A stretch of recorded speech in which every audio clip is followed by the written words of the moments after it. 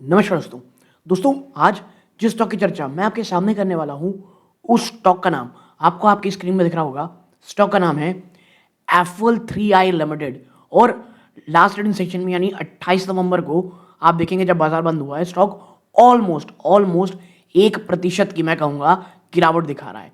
ठीक है, अब एफएल इंडिया आप ये कह सकते हो उन स्टॉक्स में से एक है जो बहुत ज़्यादा अपने साथ पोटेंशियल लेकर के आता है, फ्यूचर पोटेंशियल। ठीक है, plus FL India FL 3i कई लोगों को ये भी नहीं समझ में आता कि एक्चुअली भाई ये काम क्या करता है।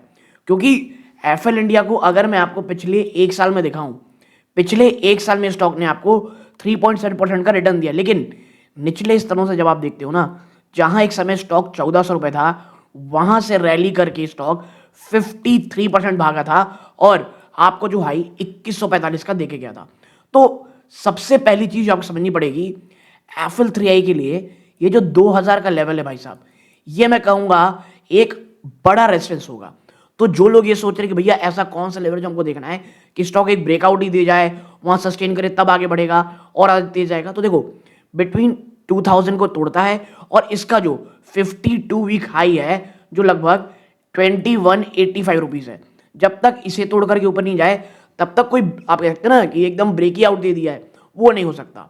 अब यहां पे देख रहे होंगे आप निचले स्तरों में आ रहा है स्टॉक कहां पर, अपने एक बड़े सपोर्ट के पास, और वो है 1600 रुपए। ठीक है, 1600 रुपए देखिए धीरे धीरे, और ये टेक्निकली जिस तरह से वीक दिख रहा है, बाजार अगर थोड़ा और वीक रहता है मुझे लगता है स्टॉक 1600 रुपए तो ऑलमोस्ट आ ही जाएगा। ठीक है, 1600 के बाद जो एक बड़ा साइकोलॉजिकल मैं रेजिस्टेंस सपोर्ट कहता हूं वो है 1500 रुपीज। तो एफएल इंडिया निचले स्तरों पे जो आप कहते हैं डाउन साइड है, वो मैं कहूंगा कम है इन कंपैरिजन टू अगर आप अप साइड देखोगे अभी। ठीक है, नाउ एफएल 3i में ये जो गिरावट है, ये आप देख रहे हो ना, ये जो सडन ये अचानक से इतनी गिरावट, टेक्निकली एकदम ही वीक हो गया है। ऐसा क्या हो गया है? क्योंकि देखो पहला चीज ये है कि एक शानदार रैली ऑलरेडी आपको हो चुकी 53% की, और अब जो ये गिरावट है ये आपको 1600 पहला सपोर्ट, साइकोलॉजिकल सपोर्ट, माफ कीजिएगा सपोर्ट, और फिर साइकोलॉजिकली 1500 के आसपास एक बड़ा सपोर्ट है।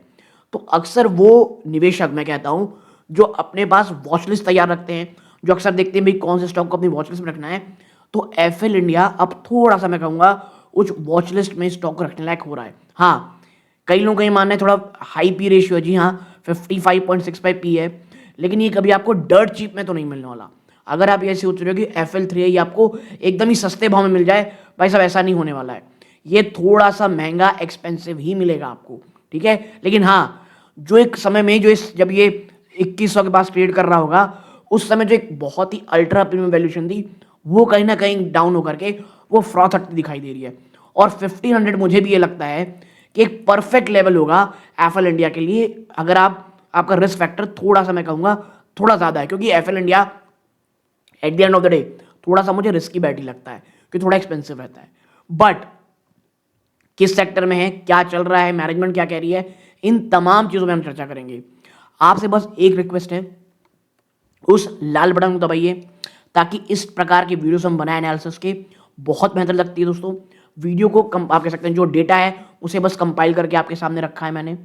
आप कोई भी खरीदारी करें बेचें, प्लीज अपने वित्तीय सलाहकार से सलाह लें। आपको किसी अन्य स्टॉक पर चर्चा करानी हो वो भी जरूर बताइएगा, और इस वीडियो को जरूर लाइक कीजिएगा दोस्तों। आपके लिए वो लाल बटन दबाना, उस लाइक को दबाना बहुत छोटी बात होती है, बट इससे हमारे चैनल की ग्रोथ होती है दोस्तों। सो प्लीज वीडियो को लाइक करें, चैनल सब्सक्राइब करें और हाई बटन जरूर दबाइए अगर आपको दिखे। सबसे पहले फटाफट बात करेंगे भाई ये सेक्टर क्या है इसका। देखो ये इंफॉर्मेशन टेक्नोलॉजी सेक्टर में आता है, आईटी सर्विस, डिजिटल एडवर्टाइजिंग। ठीक है, मेन इसका बिजनेस जो एक समय था वो डिजिटल एडवर्टाइजमेंट था।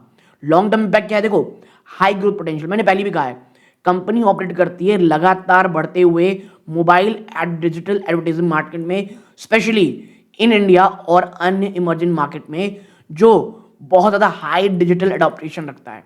तो इसका मेन फोकस एरिया क्या है? डिजिटल मार्केटिंग, वही मोबाइल डिजिटल मार्केटिंग।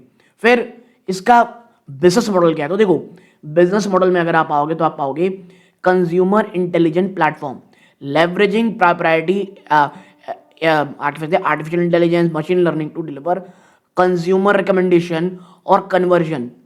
की model is CPCU, cost per converted user, which account for the majority of revenue 91.4%। ये फाइनेंशियल 20 की बात कर रहा हूं मैं।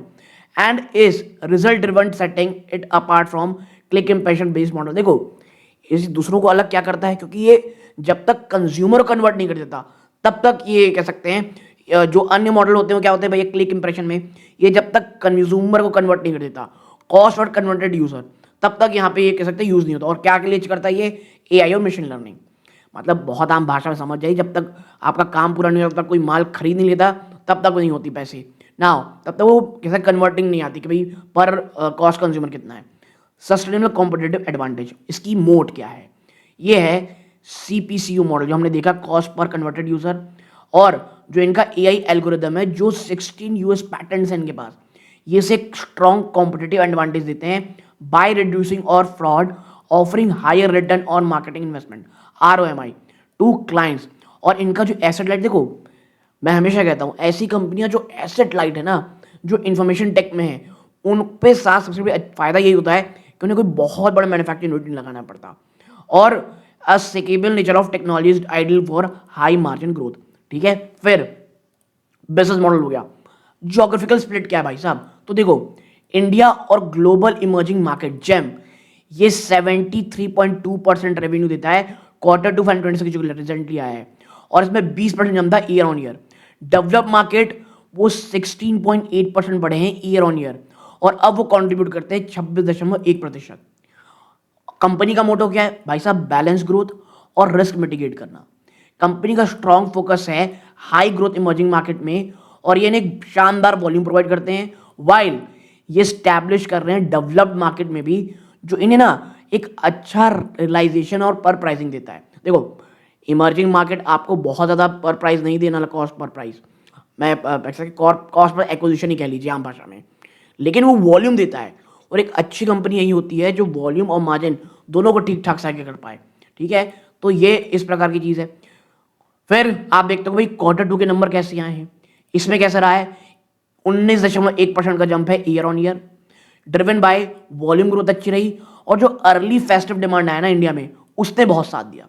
फिर एबिटा 28.9% बढ़ा है, और ये जबरदस्त मार्केट मार्जिन एक्सपेंशन था, रीजन टू ऑपरेटिंग लेवरेज और प्रोडक्टिविटी गेन। फिर आते हैं यहाँ पे भाई साहब एबिटा मार्जिन, ये सबसे इंपॉर्टेंट बात, ये 6th कॉन्सिक्यूटिव क्वार्टर था जहां पर इनका जो मार्जिन है वो सिक्वेंशियली बढ़ा है 173 बेसिस पॉइंट का, फिनोमिनल, सिक्वेंशियली बढ़ा, याद रखिएगा। ठीक है, फिर प्रॉफिट ऑफ टैक्स 20.1% है। ठीक है, PAT growth outpace revenue growth. देखिए भाई वो जो डेवलप और डेवलपिंग को मिला करके आगे बढ़ रहे हैं ना, वो रीजन ही यही है कि कंपनी जो प्रॉफिट ऑफ टैक्स ग्रोथ है वो रेवेन्यू की सरपास कर रहा है। और ये क्या इंडिकेट करता है भाई साहब, ये इंडिकेट करता है कि प्रॉफिटेबिलिटी बहुत मजबूत है। ईपीएस जो 6 रुपये 56 पैसे थी वो बढ़ करके 7 रुपीज 88 पैसा हो गई है, 20% का ऊपर का जंप, स्ट्रॉन्ग अर्निंग ग्रोथ। और मैं इसीलिए कह रहा हूं एप्पल आपको कभी भी ना बहुत ही आप कह सकते चीप वैल्यूएशन में नहीं मिलेगा। ये जो गिरावट हो रही है ये उनके लिए बहुत अच्छा चांस है जो एक वॉच लिस्ट रख रहे हैं या एक्यूमुलेशन स्टार्ट कर रहे हैं, एक हायर ग्रोथ, एक बहुत अच्छी कंपनीज में। ना सेगमेंट वाइज में अगर आप नंबर डालोगे तो देखो नंबर ऑफ कन्वर्जन कितने हुए हैं, 109 मिलियन। और ये क्या दिखा रहा है, मतलब स्ट्रॉन्ग, बहुत ही मजबूत user acquisition for clients. Average CPCU 58 rupees, ये धीरे धीरे बढ़ते हुए रियलाइजेशन दिखा रहा है। सीपीसीयू रेवेन्यू ग्रोथ, क्योंकि देखो ये इनका कोर बिजनेस है, यानी सब मोर देन 90% पैसा इसी से कमाते हैं वो, 15% की ग्रोथ है। तो अच्छी चीज क्या दिखी इससे आपको कि जो बिजनेस का जो स्ट्रेंथ है, जो कोर बिजनेस स्ट्रेंथ है, वो आप कह सकते हो दो ओवरऑल रेवेन्यू में कम है लेकिन हायर देन एवरेज ग्रोथ है। और जो नॉन सीपीयू और अदर सेगमेंट है, ज्योग्राफीज और अदर सेगमेंट और ज्योग्राफिकल्स, तो यहाँ क्या हमको देखने को मिल रहा है कि यहाँ पर कंपनी का इंडिकेट कोर बिजनेस स्ट्रेंथ, दो लोअर देन ओवरऑल रेवेन्यू, इनकी जो कोर बिजनेस चल रही है वो ओवरऑल रेवेन्यू थोड़ा कम है लेकिन वो ज़्यादा किससे है, एवरेज ग्रोथ है नॉन सीपीयू और अदर सेगमेंट में। फिर ज्योग्राफिकल यानी जेम, जो आप कह सकते हैं ना ग्रोथ इमर्जिंग मार्केट जो है, इंडिया और इमर्जिंग मार्केट वो लगातार प्राइमरी ग्रोथ ड्राइवर कंपनी के लिए रही है। और जैसा कि हमने ऊपर देखा है कंपनी फोकस अभी इन्हीं एरियाज में कर रही है। फिर ऑर्डर पाइपलाइन मेजर रिमार्क, तो देखो भैया ऐसा तो है नहीं कंपनी का कुछ ऐसे मैन्युफैक्चरिंग कंपनी ऑर्डर पाइपलाइन हो, बट जो मेजर रिमार्क है ना आरएमजी इम्पैक्ट, मैरिम ने कंफर्म किया है कि रियल मनी गेमिंग आरएमजी है ना issue in India during Q2 26। However ये जो नेगेटिव इम्पैक्ट था वो ऑफसेट हो गया by strong early demand due too early one offset of the festive season in India showcasing business line. देखो जब ये चीज़ें बंद हो गई ना, आप जो देखते हैं गेमिंग ऐप, इसका इनडायरेक्ट झटका एफएल इंडिया को भी लगा है कि हम सबको पता है वहां पर कितनी एडवर्टाइजमेंट आती थी और उनके लिए एक बहुत बड़ा मार्केट था एफएल इंडिया के लिए। तो ये जो घटा ना, ये जो आप देख रहे हैं ना गिरावट कितने रिजल्ट के बावजूद, वो यही है कि वो जो गेमिंग का प्रॉब्लम थी उसी को धीरे धीरे वो मिटिगेट कर रहा है अभी। ठीक है, प्राइसिंग कर रही है। इनोवेशन आईपी, कंपनी को ग्रांट हुआ है 16th US patent relating to an advanced AI based fraud detection system, और ये इन्हें मजबूत करता है technology moat against digital ad fraud, और ये मेजर कंसर्न इंडस्ट्री का। तो कंपनी ने ये भी बहुत अच्छा काम किया, इन हाउस टेक्नोलॉजी इनकी, आप समझिए। बैलेंस शीट तो देखो, बैलेंस शीट तो खैर आप देखेंगे ऑलमोस्ट डेट फ्री है। नेट आप कह सकते हैं and is a net cash company, net cash ratio -0.44 है, और जो स्ट्रॉन्ग कैश इक्विपमेंट है 9,020 करोड़। बैलेंस शीट को तो खैर बात ही मत कीजिए आप। कैपिटल एफिशिएंसी, कंपनी का आरओसी 23.61% है, आरओई 19.46% है, और जो एवरेज आरओसी है ना वो 23.23% में है। यानी काफी इफिशिएंट, एसेट लाइट, लगातार बिजनेस बढ़ता हुआ मॉडल है भाई साहब, और क्या चाहिए। लिक्विडिटी भी बहुत शानदार है। फिर आप आगे आते हो वैल्यूएशन में। देखो जब मैं रिपोर्ट बन रही थी, इसका पी रेशियो कितना है ट्रेलिंग 12 मंथ का 67.62 टाइम्स। एनालिसिस, ये सिग्निफिकेंट हायर है सेक्टर की भी एवरेज से। प्रीमियम वैल्यूएशन, देखो स्टॉक ट्रेड कर रहा है एक प्रीमियम में, और ये क्या इंडिकेट करता है, हाई मार्केट एक्सपेक्टेशन की जो ग्रोथ लगातार दिखाते रहे। और मैं इसीलिए कह रहा हूं ये आपको डर्ट चीप तो नहीं मिलने वाला। फिर price to book value ratio, ये 9.2 टाइम्स है, ये बहुत हाई है। देखिए higher than book value, premium book है। ये क्या रिफ्लेक्ट कर रहा है कि एक हाई इंटेंजिबल एसेट वैल्यू है, क्योंकि देखो इसके पास भली जमीन ना हो, इनके पास प्रोप्राइटरी टेक्नोलॉजी पेटेंट्स, भाई साहब जिसका पेटेंट है ना आज के टाइम में वो भी यूएस के 16 पेटेंट हो गए हैं। वो कंपनी के आगे बात करने की जरूरत ही नहीं भाई साहब। पैग रेशियो 2.63 में है, आइडियल होता है 1। तो भैया देखो कंपनी ये कह रही है कि ग्रोथ तो चीप नहीं है, while the company is a high growth stock, जो करंट प्राइस है ना वो ऑलरेडी फैक्टर्ड इन हो चुका है जो नियर टर्म ग्रोथ को लेकर के। और मैं इसीलिए कह रहा हूँ ये जो गिरावट आप देख रहे हो स्टॉक प्राइस में, वो हो ही इसीलिए रही है कि ये जो गेमिंग का इशू है ना, उस कारण जो निगेटिव इनके रेवेन्यू पड़ेगा उसे ही प्राइस इन करने की कोशिश कर रहा है ये। ठीक है, तो अब आने वाला टाइम जो Q3 का नंबर है ये बहुत इंपॉर्टेंट होगा ये जानना कि भैया ये जो इशू है क्या रिजॉल्व हो चुका है वन टाइम में। ठीक है, अब शेयर होल्डिंग पैटर्न, तो देखो प्रमोटर के पास 59.97%, जो काफी हाई है। तो प्रमोटर ने कहीं ना कहीं थोड़ी गिरावट दिखाई है क्वार्टर यहाँ पर। ये जो डिक्रीज है ना ये मॉनिटरेबल है, और ये ग्रोइंग कंपनी कॉमन रहता है अगर कंपनियां बढ़ रही होती हैं। भाई अगर एक स्टॉक बहुत ऊपर भाग गया है यानी अपनी वैल्यूएशन से भी कहीं ऊपर, तो कहीं ना कहीं जो प्रमोटर होता है वो थोड़ा बहुत सेल ऑफ करता ही है। फिर आते हैं कहाँ पर नेक्स्ट चीज पे, वो क्या भैया, वो है फॉरेन इंस्टीट्यूशन 19%। और मैं बता दूं आपको कि जो एक साल पहले ना 15.5 था उससे बढ़कर के इतना शानदार। तो ये क्या दिखा रहा है, स्ट्रॉन्ग वोट ऑफ कॉन्फिडेंस। जो सिग्निफिकेंट इंक्रीज हुई एफआई होल्डिंग में, क्या दिखा रहा है कि लगातार जो ग्लोबल इंस्टीट्यूशन है उनका कॉन्फिडेंस इस स्टॉक में बढ़ रहा है। फिर म्यूचुअल फंड में आप देखते हो 11.8%, इसमें भी बढ़ोतरी हुई है क्वार्टर ऑन क्वार्टर। पहले ये 11.19 था जो अब बढ़कर के इतना हो गया है। तो एफआई रियाइज लगातार बढ़ रही हैं, और माल कहां से जाएगा, ऑफकोर्स रिटेलर बेचेगा फिर 11.35%। तो पब्लिक माल बेच बेच करके एफआईडीएस खरीद रहे हैं। इसमें मैनेजमेंट क्या कह रहा है, देखो मैनेजमेंट ये कहता है कि मैनेजमेंट अभी भी बहुत ज़्यादा ऑप्टिमिस्टिक है सस्टेनेबल लॉन्ग टर्म ग्रोथ को लेकर के। वो वापस से अपनी गाइडेंस जो लगभग 20% की है सस्टेनेबल रेवेन्यू ग्रोथ की, वो वापस से उसी कह रही है, और एबिटा टारगेट को 23% की बात कही जा रही है। ग्रोथ ड्राइवर क्या रहेगी, इनका जो कोर सीपीसीयू मॉडल है उसमें फोकस है, एआई और डीप लर्निंग इंटीग्रेशन की जा रही है, और ज़्यादा डीपर पेनिट्रेशन की बात कही जा रही है इमर्जिंग मार्केट में थ्रू वर्टिकल और वर्नाकुलर स्ट्रैटेजीज।